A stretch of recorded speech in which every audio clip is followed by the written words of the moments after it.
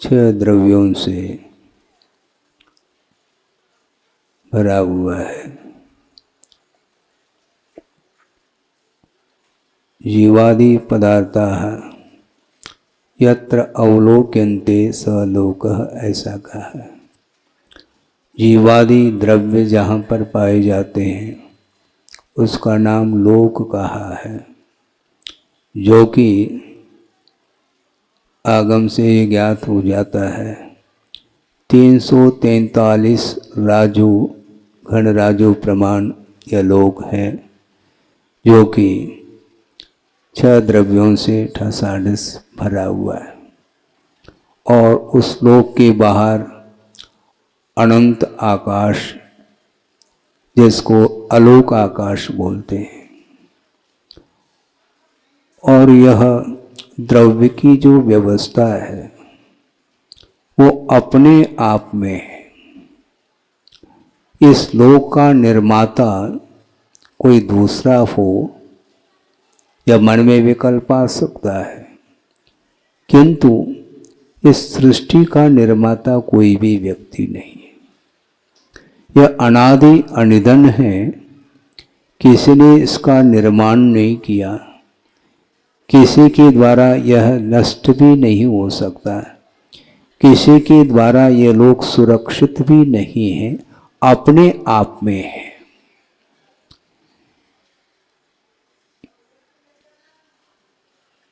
गुरुदेव ने एक बार ये बात रखी थी, किसी सज्जन ने जिज्ञासा रखी, उसके समाधान के रूप में विषय रखा था। जिज्ञासु ने ये जिज्ञासा रखी थी कि महाराज, ईश्वर के विषय में आपके क्या विचार हैं? ईश्वर कोई वस्तु है क्या नहीं? कोई व्यक्ति विशेष का नाम ईश्वर है, इस प्रकार हमारी अपनी धारणा है। इस विषय में आपका क्या ख्याल है? तो गुरुदेव ने बहुत अच्छा आगमिक उत्तर दिया। उनकी जिज्ञासा यह थी कि महाराज, आप ईश्वर को मानते कि नहीं मानते? मैं ईश्वर को क्यों नहीं मानता, किंतु ईश्वर को मानने का अर्थ ये नहीं है कि मैं ईश्वर कर्तृत्ववाद को स्वीकार करना हो। ईश्वर कर्तृत्ववाद को मैं नहीं स्वीकार करता, ईश्वर को स्वीकार करता हूं। और वह ईश्वर एक नहीं हुआ करता, ये ध्यान रखें। ईश्वर का अर्थ भगवान हुआ करता है, जो कि शुद्ध अवस्था में विराजमान होते हैं। और कुंद देव ने समयसार ग्रंथ में मंगलाचरण के रूप में ही इस विषय को रखा है कि वंदित्व सौव सिद्धे ध्रुवमचल मनोवमम गयम पत्ते वो छाम्य समय पाहुड़ मिनमो सुध केवली फणिदम, ऐसा कहा। वंदित्व सौव सिद्धे, मैं सिद्धों को नमस्कार नहीं करता, समस्त सिद्धों को नमस्कार करता हूं। इससे स्पष्ट है सिद्ध परमेष्टि एक नहीं, अनंत के रूप में विद्यमान है, उनकी मैं वंदना करता हूं। और सिद्ध परमेष्टि 3 लोक के स्वामी हुआ करते हैं, फिर भी उनके अंदर स्वामित्व भाव नहीं है। 3 लोक के नाथ है, इसी को ईश्वर बोलते हैं, किंतु वह ईश्वर एक नहीं है। किसी व्यक्ति विशेष का नाम ईश्वर नहीं, किंतु जिन्होंने साधना के माध्यम से प्रभुत्व शक्ति को उद्घाटित किया है, उसको ईश्वर बोलते हैं। इसी को भगवान के रूप में हम स्वीकार करते हैं, किंतु ईश्वर के द्वारा, भगवान के द्वारा सृष्टि का निर्माण नहीं हुआ है। ये अनादि अनिधन या वस्तु की व्यवस्था है, इसको स्वीकार कर लेनी पड़ेगी। अन्यथा बहुत बड़ी बाधा ये आएगी, वह ये है यदि ईश्वर ने सृष्टि का निर्माण किया है तो ईश्वर को किसने निर्माण किया? सुन रहे हैं आप? ईश्वर ने यदि तीन लोक की रचना की है तो ईश्वर की रचना किसने की? किसी दूसरे ईश्वर ने की मान लो, तो उस ईश्वर की रचना किसने की? किसी दूसरे ने की। इस प्रकार अनंत काल तक भी आप चले जाएं तो भी वह अनवस्था दोष आता चला जाता है, कोई व्यवस्था नहीं बनती है। इसलिए किसी ने किसी को नहीं बनाया है, ये अपने आप द्रव्य की व्यवस्था चलती है। किसी ने उत्पन्न नहीं किया, किसी के द्वारा कोई उत्पन्न नहीं हो सकता, अपने आप ही यह लोक व्यवस्थित है। इसलिए हम ईश्वर को तो मानने के लिए तैयार हैं, किंतु ईश्वर के द्वारा सृष्टि की रचना को मानने के लिए हम तैयार नहीं हैं। हम ईश्वर की उपासना करते हैं, करना चाहिए, क्योंकि ईश्वर अर्थात भगवान हुआ करते हैं और वह भगवान आराध्य हुआ करते हैं, आराधना के योग्य होते हैं। शुद्ध परमेष्टि की आराधना सभी संसारी जीव करता है। पंच परमेष्टि की आराधना आप लोग करते हैं, उसमें अरहंत, शुद्ध, आचार्य, उपाध्याय और सर्व साधु, इन पांचों परमेष्टियों की उपासना की जा रही है। और उसमें सबसे श्रेष्ठ कौन है? आपकी दृष्टि गई है क्या? नमोकार मंत्र का जाप आप लोग प्रतिदिन करते हो और उसमें सर्वप्रथम नमो अरहंतानम ऐसा कहा है। तो इन पांच परमेष्टियों में अरहंत परमेष्टि सर्वश्रेष्ठ है क्या, यह प्रश्न उठता है। किंतु अरहंत परमेष्टि समस्त परमेष्टियों में सर्वश्रेष्ठ नहीं है। फिर कौन है? शुद्ध परमेष्टि श्रेष्ठ है, क्योंकि शुद्धावस्था के उपरांत और कोई भी अवस्था नहीं आ सकती। अरहंत परमेष्टि वह हम और आपके लिए आराध्य हैं, किंतु वे स्वयं भी आराधक हैं, क्योंकि वे आराध्य हम और आपके लिए, किंतु उनसे भी कोई श्रेष्ठ अवस्था है। उसको प्राप्त करने के लिए उनकी अभी भी साधना कुछ शेष रही है। मौनी कर्म के अभाव के फलस्वरूप केवल ज्ञान उत्पन्न होता है, और केवल ज्ञान को लेकर के जो शरीर के साथ जिनका जीवन चलता है उनको अरहंत परमेष्टि की संज्ञा प्राप्त है, जिसको सकल परमात्मा बोलते हैं। कल का अर्थ होता है शरीर, और शरीर से युक्त जो आत्मा होती है, परमात्मा होती है, उसका नाम सकल परमात्मा। क्योंकि केवली भगवान केवल ज्ञान के द्वारा समस्त संसार को जान रहे हैं, देख रहे हैं, किंतु उनका वह जीवन अभी भी शरीर के अधीन है, शरीर से मुक्त नहीं हुए, वो स्वतंत्र नहीं है, ये ध्यान रखें। वो भी परतंत्रता का अनुभव करते हैं। तो महाराज वो भी हम और आप जैसे हैं क्या? आप जैसे तो नहीं है, मौनी कर्म के अधीन तो उनका जीवन नहीं चल रहा है। संसारी प्राणी का जीवन स्वाधीन नहीं, किंतु मोह के अधीन चल रहा है। इसको पराधीन जीवन बोलते हैं। किंतु जिन्होंने मोह को परास्त कर दिया है और केवल ज्ञान को उत्पन्न कर दिया है, उनका जीवन परतंत्र नहीं स्वतंत्र है। किंतु मोहनी कर्म का अभाव करने के बावजूद भी उनका जीवन अभी भी आयु कर्म के आश्रित चल रहा है। आयु कर्म का जब तक अभाव नहीं होगा तब तक सिद्धत्व की उपलब्धि नहीं हो सकती, यह सिद्धांत है। तो अंतिम यदि कोई शुद्ध पर्याय है तो शुद्ध अवस्था है, और उसके निकटवर्ती कोई पर्याय है तो अनंत अवस्था है। तो महाराज फिर विकल्प होता है। क्या विकल्प?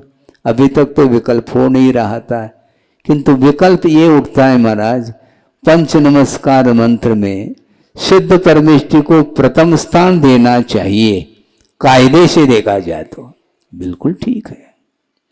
क्योंकि अनंत परमेष्टि के पास अभी भी 4 अघातिया कर्म विद्यमान है। मात्र 4 घातियों का घात करके केवल ज्ञान को प्रकट कर लिया है।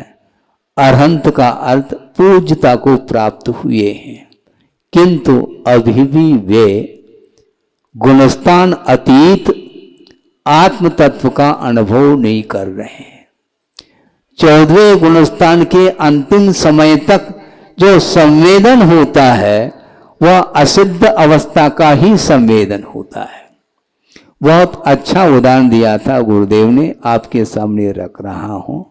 क्योंकि मैं जो भी रखता हूं मैं अपने तरफ से कुछ रखता नहीं, जो गुरुदेव ने रखा है उसको दोहराता रहता हूं, ताकि उसके माध्यम से हमारा भी मन, हमारा भी उपयोग पंच परमिष्टि में लगा रहे।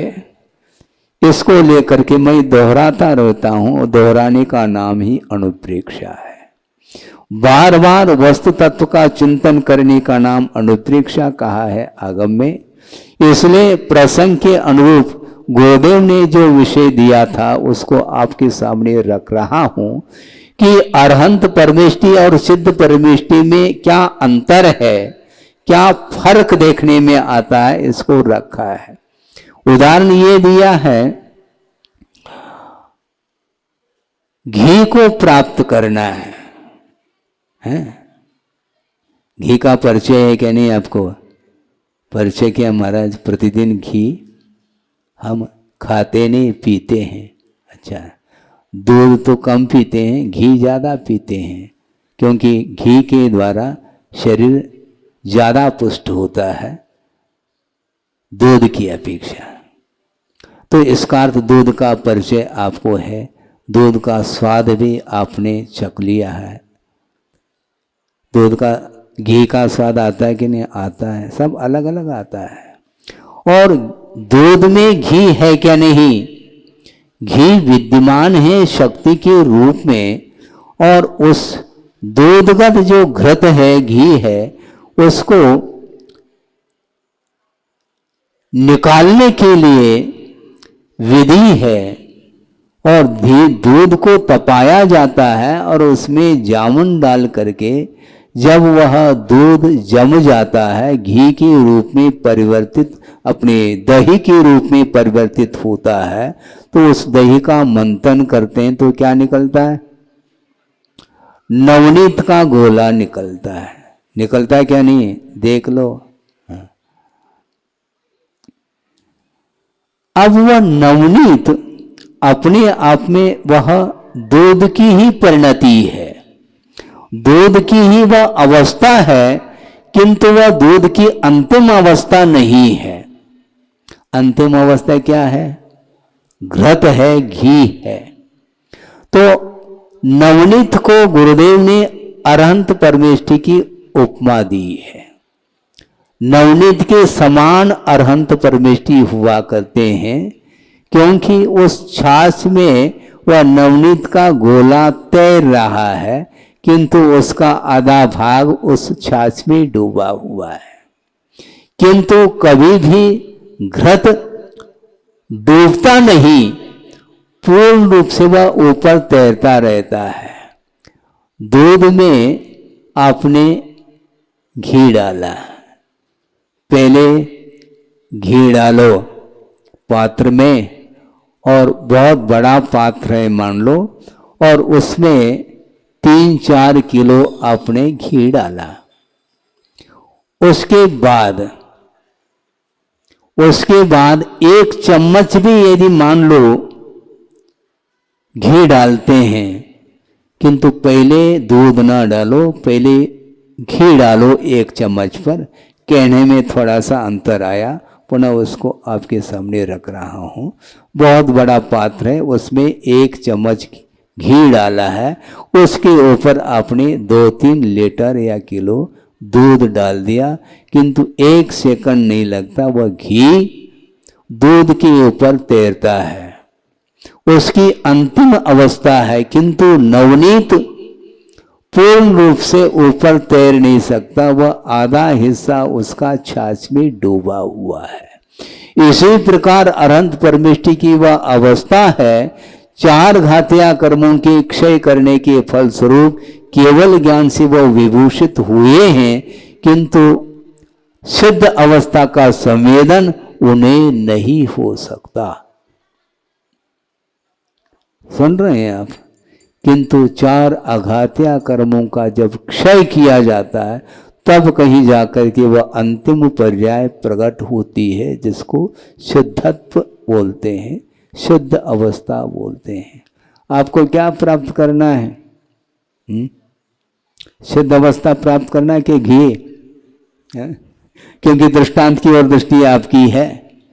घी तो आप प्राप्त कर सकते हो, किंतु शुद्ध अवस्था को प्राप्त करना खेल नहीं है। ध्रुवम अचल मनोवमम गयम पत्ते, ऐसा कहा। ध्रुव अर्थात अविनाशी, अचल अर्थात चलायमान नहीं है, अनुपम है। ऐसे अविनाशी, अविचल और अनुपम गति को प्राप्त हुए जो सिद्ध परमेष्टि हैं, उनके लिए नमन किया जा रहा है। पंच परमेष्टि में वो अंतिम सबसे श्रेष्ठ अवस्था मानी जाती है। उनकी आराधना करने के लिए हम और आप बैठे हैं। बहुत कठिन है ये, गुरुदेव ने कहा है, इसलिए उस विषय को जरूर रखना चाहता हूं, क्योंकि यह आधुनिक युग है, प्रदर्शन का युग है। दर्शन कम करता है संसारी प्राणी, प्रदर्शन ज्यादा करता है, और प्रदर्शन में उसको ज्यादा आनंद आता है। प्रदर्शन का अर्थ क्या होता है? दर्शन नहीं होता, प्रदर्शन का अर्थ होता है दिखाना। देखने का नाम दर्शन है और दिखाने का नाम प्रदर्शन है, ये ध्यान रखो। प्रदर्शन की यह व्याख्या मैं कर रहा हूं, और गुरुदेव ने किया है कि वस्तुतः दर्शन गहराता है और प्रदर्शन उथला होता है, और वर्तमान में प्रदर्शन की होड़ है। देखना पसंद नहीं करता, दिखाना पसंद करता है। प्रभु के समीप पहुंचा है, इसके उपरांत भी हाथ जोड़ा है, इस मस्तक वह झुका रहा है, किंतु ध्यान उसका फोटो की ओर है क्या नहीं? क्यों? राग के क्षेत्र में जाकर के बैठते हो, वहां पर फोटो आदि निकालना ठीक है, आपका विषय है, मैं ज्यादा नहीं कहना चाहता। किंतु धर्म सभा में भी फोटो की ओर ध्यान। आप प्रभु को नमन कर रहे हैं, प्रभु की आराधना करने के लिए उपस्थित हुए हैं, क्या अपने आपके चित्र को प्रदर्शित करना चाहते हैं? इसको बोलते हैं बहिर्दृष्टि। शरीर की ओर दृष्टि मानी जाती है, जबकि शरीर से अतीत वह शुद्ध परमात्म तत्व हुआ करता है। जिस शुद्ध परमात्म तत्व को प्राप्त करने के लिए, अनंत परमेष्टि के लिए अभी भी साधना की आवश्यकता है। हालांकि नियम रूप से निर्माण का लाभ होगा उन्हें, किंतु अनंत अवस्था से ऊपर उठने के लिए और शेष साधना है। वह साधना भी उनके द्वारा की जाएगी, तब शुद्ध अवस्था प्राप्त होगी। सोचो, विचार करो, सबसे श्रेष्ठ दिव्य शरीर को धारण करने वाले अनंत परमेष्टि हैं। इसके उपरांत उनके मन में एक क्षण मात्र के लिए भावना नहीं है कि इच्छा है उनकी एक आध फोटो खींच लो, दिव्य शरीर है, सबको देखने में आ जाए। जो उपस्थित नहीं है समोषण में, उनको भी दिव्य शरीर का दर्शन हो सके, इसलिए वो इच्छा रखते हो फोटो खिंचवाने की, रखते हैं। फिर आप क्यों खिंचवाते हो बोलो? बहुत कठिन है। धर्म का श्रवण करना बहुत सरल है, किंतु धर्म का श्रवण करने के उपरांत भी तदनुरूप अपनी चर्या को, अपने जीवन को बनाना अत्यंत कठिन हो गया है वर्तमान में। क्योंकि नए नित नए संसाधन आप लोगों के लिए मिलते हैं और उसके माध्यम से आप आनंद का अनुभव कर रहे होते हैं, किंतु वह आनंद विषय जन्य आनंद माना जाता, परमार्थ संबंधी वह आनंद नहीं माना जाता।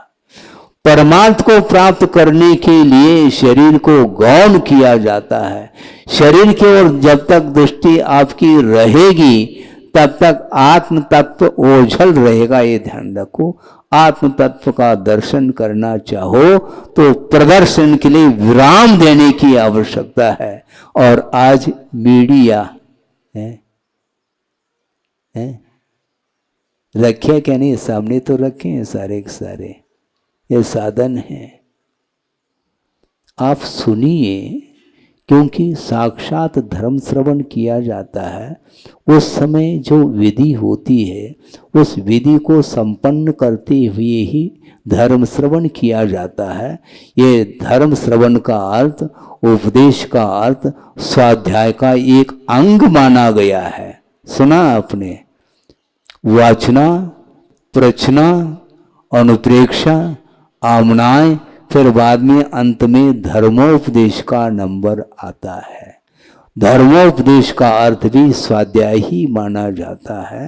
और स्वाध्याय करने की जो विधि बताई है, सर्वप्रथम स्वाध्याय प्रारंभ करने के पहले मंगलाचरण पूर्वक, कायोत्सर्ग पूर्वक उस स्वाध्याय को प्रारंभ किया जाता है और उसका विसर्जन भी जनवाणी करते हुए कायोत्सर्ग पूर्वक उसका स्वाध्याय का विसर्जन होता है। क्या इस प्रकार आप लोग करते हैं? मैं आलोचना नहीं कर रहा हूं, यह ध्यान रखें, किंतु यथार्थ जो बात देखने को मिलती है उसको आपके सामने रखने में कोई भी संकोच नहीं होना चाहिए। मुझे नहीं होता संकोच, भले ही आपको यह विषय अच्छा लगे अथवा न लगे, इससे कोई प्रयोजन नहीं है, किंतु ये देखने को मिलता है, सुनने को मिलता है। जहाँ पर आप लोग घर में हवेली में रहते हैं, वहाँ पर बिस्तर पर आप बैठे हुए भी मिल सकते हैं, लेटे हुए भी मिल सकते हैं। जिस किसी मुद्रा में आपकी छवि देखने को मिलती है और धर्म श्रवण किया जा रहा है मोबाइल के माध्यम से, और उपदेश चल रहा है, और आप किस मुद्रा में हैं, आपका उपयोग किस ओर है, आपके अंदर कहां तक विशुद्धि है। क्योंकि मन, वचन और कायिक शुद्धि पूर्वक ही स्वाध्याय किया जाता है, और स्वाध्याय धर्म श्रवण भी स्वाध्याय का ही एक रूप है। इसलिए मैं ये पूछना चाहता हूं, आप प्रभु के सामने पूजन करने के लिए अथवा अभिषेक करने के लिए बैठे हैं, खड़े हैं, तो आप किस वस्त्र के साथ अभिषेक करते हैं भाई साहब? बोलो।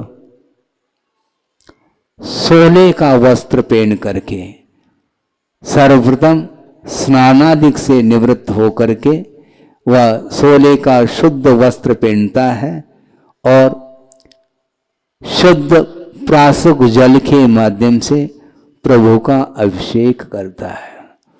तो इसी प्रकार ये जो विधि है, मन वचन काय की शुद्धि पूर्वक विशुद्ध परिणाम के साथ इस धार्मिक अनुष्ठान को आप करते हैं। इसी प्रकार जिनेंद्र भगवान का जितना महत्व है उतना ही जिनवाणी का भी महत्व है, ये ध्यान रखो। आपकी जेब में मोबाइल है, बुरा नहीं मानना, किंतु जेब में मोबाइल है और आपके बदन पर जो वस्त्र है वह अशुद्ध है। पैंट शर्ट पहन करके आप आते हैं और जेब में मोबाइल है और उसी वस्त्र के साथ अशुद्ध स्थान पर भी आप चले जाते हैं और आ जाते हैं, तो उस मोबाइल की क्या स्थिति होगी? क्योंकि उस मोबाइल में लौकिक विषय भी है और परमार्थ संबंधी भी विषय उसमें फीड है, प्रवचन भी उसमें है क्या नहीं है, और लौकिक अश्लील चित्र भी, अश्लील दृश्य भी उसी में मोबाइल में फीड है, और साथ साथ प्रवचन को भी आपने उसमें समाहित किया है मोबाइल में। तत्वार्थ सूत्र भी सुनने को मिल सकता है, भक्तामर भी सुनने को मिल सकता है, समयसार ग्रंथ की गाथाएं भी उसमें पढ़ने को मिल सकती हैं। जितने भी आगम ग्रंथ के सूत्र और गाथाएं उसमें मोबाइल में पढ़ने को मिलती हैं, और उसमें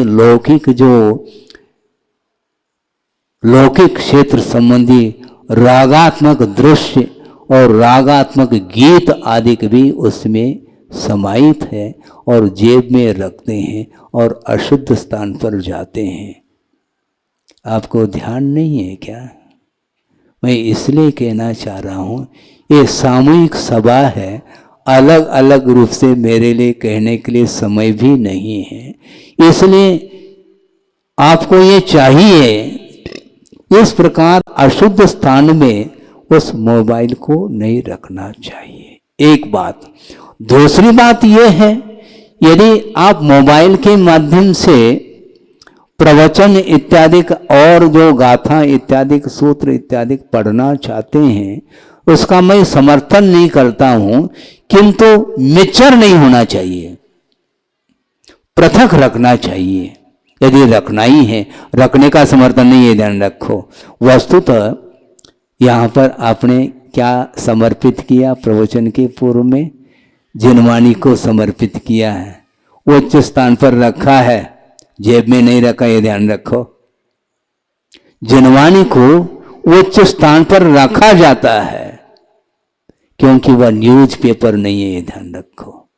एक हाथ में न्यूज पेपर है और एक हाथ में चाय का कप है, और आप न्यूज पेपर पढ़ते रहते हो, तो इस प्रकार स्वाध्याय नहीं किया जा सकता। महाराज आज तो बिल्कुल ऐसे शब्दों के प्रयोग कर रहे हैं महाराज, हमें अच्छा नहीं लगता, लेकिन ये जो कार्य किया जा रहा है ये अच्छा है क्या? नहीं है। इसलिए जिनवाणी का श्रवण करते समय अपना परिणाम बहुत पवित्र रखना चाहिए। विषय और कषायों के साथ संबंध रखने वाला जो मन होता है, उस मन के माध्यम से कभी भी सात से पुण्य का संचय संभव नहीं है। और तीर्थंकर प्रकृति जैसे सात से पुण्य का संचय करना चाहो तो ये ध्यान रखो, उस समय आपका उपयोग अत्यंत पवित्र रहता, तब कहीं जा करके उस पुण्य का संचय आप कर पाते हैं। पुण्य संचय करने की कला संसारी प्राणी के अंदर अभी तक नहीं आ पा रही है। ये क्यों इस प्रकार हो रहा है? एक आधुनिकता का एकमात्र परिणाम है। विलासतामय जीवन जी रहा है, उसके लिए सात्विक जीवन इष्ट नहीं है। आदर्श जीवन जीना चाहिए विलासता की अपेक्षा से, किंतु धर्म श्रवण करने के उपरांत भी अपने जीवन को विलासता से ऊपर उठाने का भाव उसके अंदर नहीं आ पाता। अहिंसा परमो धर्म की जय।